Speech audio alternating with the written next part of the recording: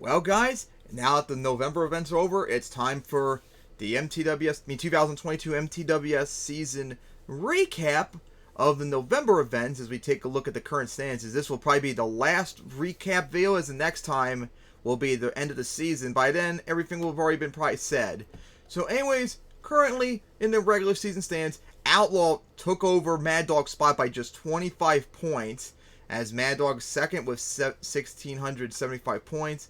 Then it's Fireball with 1,650, Nitro with 1,500, Impala with 1,475, Outrage with 1,450, Shadowrun 1,400, Power Forward 1,300, Predator 1,250, Crush and Run 1,225, Blood Rage 1,200, Stinger 1,200, Ye Plunderer 1,150, Eruption 1,100, Crazy Bull 1,100, Shatter 1,100, Venom 1,075, Thunderbolt 1,050, Crusher 1,050, Wild Ride 1,025, Daisy Chain 1,000 exact, and then Patriot, Flying Falcon, Crazy just edge out the tiebreakers to get the last two free spots at 975, as Madness misses out by the tiebreaker.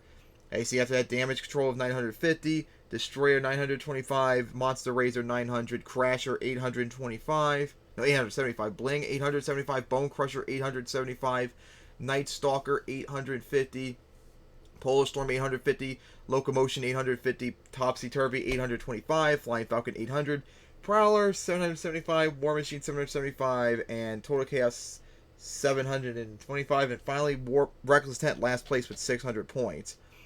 Alright, so of course, here's the current standings. So, as we all know right now, Mad Dog is in the championship. Now, you're probably wondering, how the heck is Outlaw not in despite having 25 points over Mad Dog? Because Mad Dog's competing in 3 more events. Outlaw's competing in only 2 more events the rest of the season. So, Mad Dog has more than enough points accumulated in those 3 events at worst to survive. Outlaw does not yet. It had the potential this week in Toronto, but of course it didn't compete, so nothing changed in that regard. Fireball, meanwhile, almost did make the championship.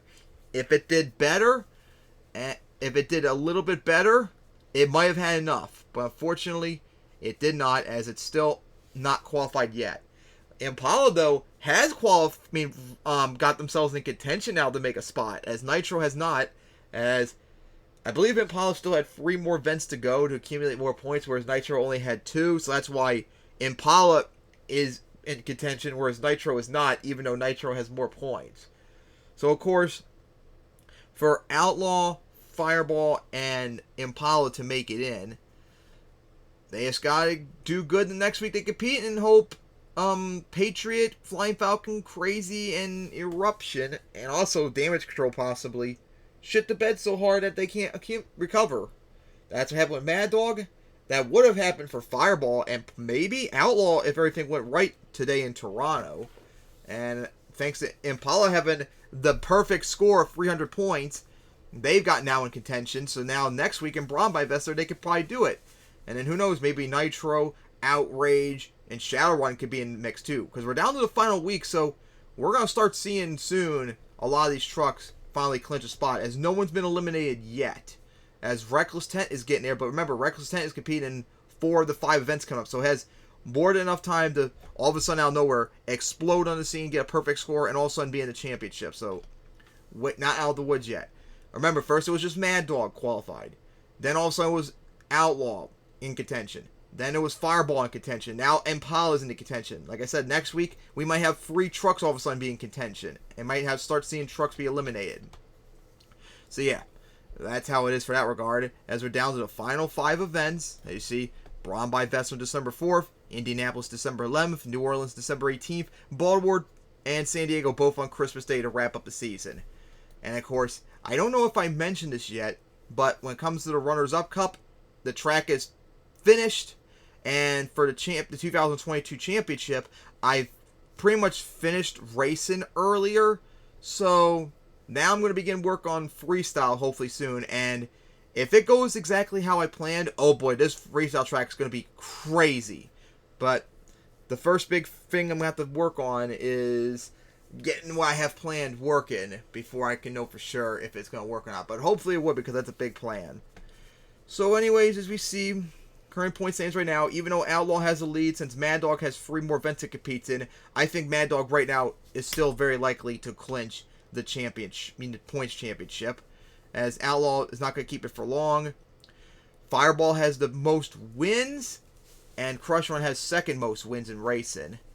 And Fireball has the best winning percentage, almost over 75% winning percentage, which is quite amazing, as Crush and Run has the next best at 73.1%.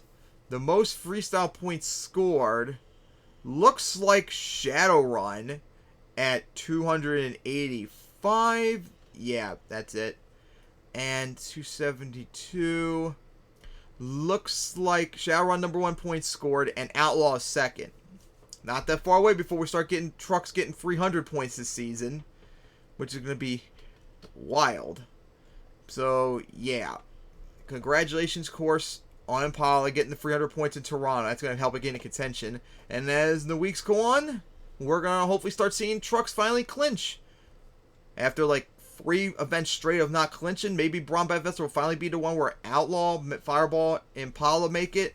And who knows, maybe Nitro, Outrage, and Shadowrun will finally be in the mix, too. Alright, so like I said, this is the last recap video, as the next one will be at the end of the season. By then, everything will be already known, so there's not much left to talk about. So, see you guys, remember, on December 4th when we head to Braun Vester.